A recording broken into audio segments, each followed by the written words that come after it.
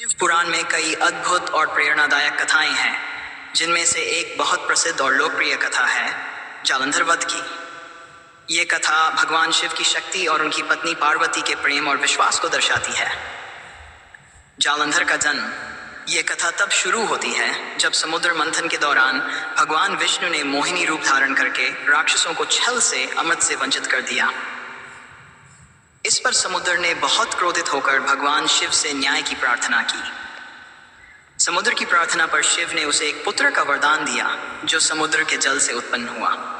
इस पुत्र का नाम जालंधर रखा गया। जालंधर अत्यंत शक्तिशाली और बलशाली राक्षस बना।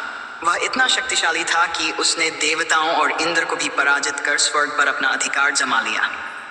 जालंधर का अहंकार। जालंधर की शक्तिकार हस्य उसकी पत्नी वृंदा के पतिव्रता धर्म में छिपा था। वृंदा भगवान विष्णु की महान भक्त थीं और उनकी निष्ठा ने जालंधर को अजेय बना दिया था। अपनी अजेयता के कारण जालंधर में अहंकार आ गया और उसने सोचा कि वह तीनों लोकों का स्वामी बन सकता है।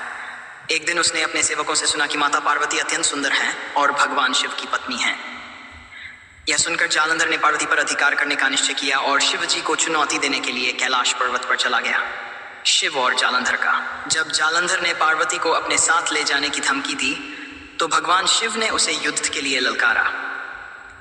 दोनों के बीच भीषण युद्ध हुआ, लेकिन जालंधर की शक्ति के कारण शिवजी उसे पराजित नहीं कर पा रहे थे।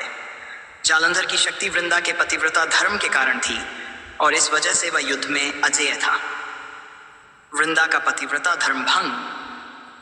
भगवान विष्णु ने देखा कि जालंधर को हराना संभव नहीं हो रहा है, तो उन्होंने एक युक्ति सोची।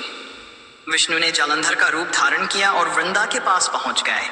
वृंदा ने विष्णु को जालंधर समझकर उनका स्वागत किया। इस प्रकार उनका पतिव्रता धर्म भंग हो गया। जैसे ही वृंदा का धर्म टूटा, जालंधर अपनी शक्ति खोने लगा और कमजोर हो गया। जालंधर का वध। वृंदा का पतिव्रता धर्म भंग होते ही भगवान शिव ने जालंधर पर प्रहार किया और उसका अंत कर दिया। जालंधर की मृत्यु के साथ देवताओं को उनका खोया हुआ साम्राज्य वापस मिल गया। बाद में जब वृंदा को सच्चाई का पता चला, तो वह विष्णु से नाराज हो गई और उन्होंने उन्हें श्राप दिया कि उनका भी छलपूर्वक वध किया जाएगा। इस श्राप के कारण भगवान विष्णु को राम अवतार में आकर बाली का वध छल से करना पड़ा। कथा का संदेश। इस कथा से ये शिक्षा मिलती है कि अहंकार और अधर्म का अंत निश्चित है, चाहे वह कितना ही शक्तिशाली क्यों न हो। इसके साथ ही ये कथा भगवान शिव और पार्वती के अटूट प्रेम और विष्णु जी की युक्तियों को भी दर्शाती है, जो सदैव धर्म की स्थापना के लिए कार्य करते हैं।